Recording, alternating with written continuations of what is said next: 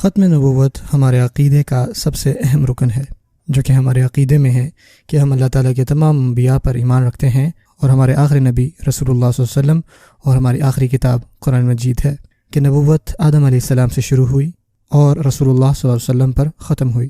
اور یہ ہمارا ایمان ہے کہ رسول اللہ صلی اللہ علیہ وسلم اللہ تعالیٰ کے آخری نبی اور رسول ہیں،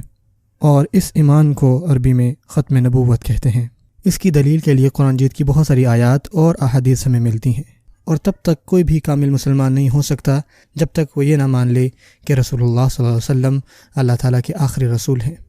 اور آپ صلی اللہ علیہ وسلم ہی خاتم النبیین ہیں۔ اسی طرح سورۃ الاحزاب میں اللہ تعالیٰ فرماتے ہیں ما كان محمد ابا احد من رجالكم ولكن رسول اللہ وخاتم النبیین وكان اللہ بكل شيء علیما،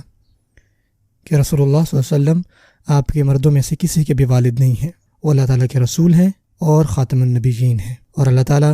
ہر چیز کو جاننے والے ہیں۔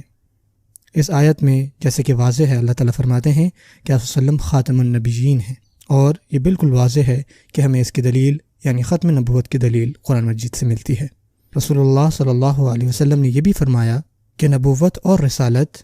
مجھ پر آ کر ختم ہوتی ہے، میرے بعد کوئی نبی اور رسول نہیں آئے گا، اور آپ صلی اللہ علیہ وسلم نے اس کے ساتھ ساتھ اس چیز کی بھی نشاندہی کی کہ آپ صلی اللہ علیہ وسلم کے جانے کے بعد کتنے جھوٹے اور کذاب آئیں گے جو نبی ہونے کا دعویٰ کریں گے۔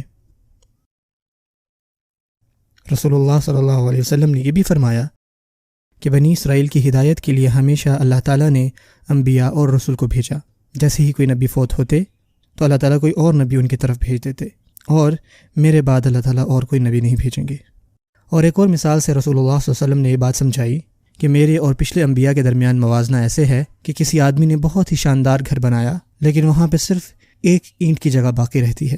جب لوگ اس گھر کو دیکھتے ہیں تو یہ کہتے ہیں کہ یہ گھر بہت ہی زیادہ خوبصورت ہے، لیکن یہ بھی کہتے ہیں کہ جب یہ اینٹ اپنی جگہ پر جائے گی تو یہ گھر مکمل ہو جائے گا۔ تو آپ صلی اللہ علیہ وسلم فرمایا کہ وہ اینٹ میں ہوں، اور میری مسجد وہ آخری مسجد ہے جو کسی نبی نے تعمیر کی، اور نبوت اور رسالت میرے بعد ختم ہو جاتی ہے، اور میرے بعد کسی بھی رسول اور نبی کی اللہ تعالیٰ بعثت نہیں فرمائیں گے۔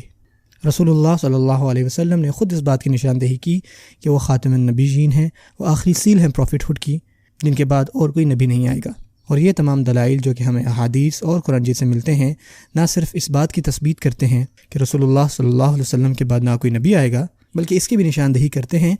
کہ قرآن مجید اللہ تعالیٰ کی طرف سے آخری بھیجی گئی وحی ہے جو رسول اللہ صلی اللہ علیہ وسلم پر ہی نازل ہوئی، اور یہ قیامت تک آنے والی تمام انسانیت کے لیے مشعل راہ ہے۔ یہ تمام دلائل اس طرف اشارہ کرتے ہیں کہ رسول اللہ صلی اللہ علیہ وسلم، اور قرآن میں ہمیں کہیں طرف یہ اشارہ نہیں ملتا کہ رسول اللہ صلی اللہ علیہ وسلم کے بعد کوئی نبی آئے گا،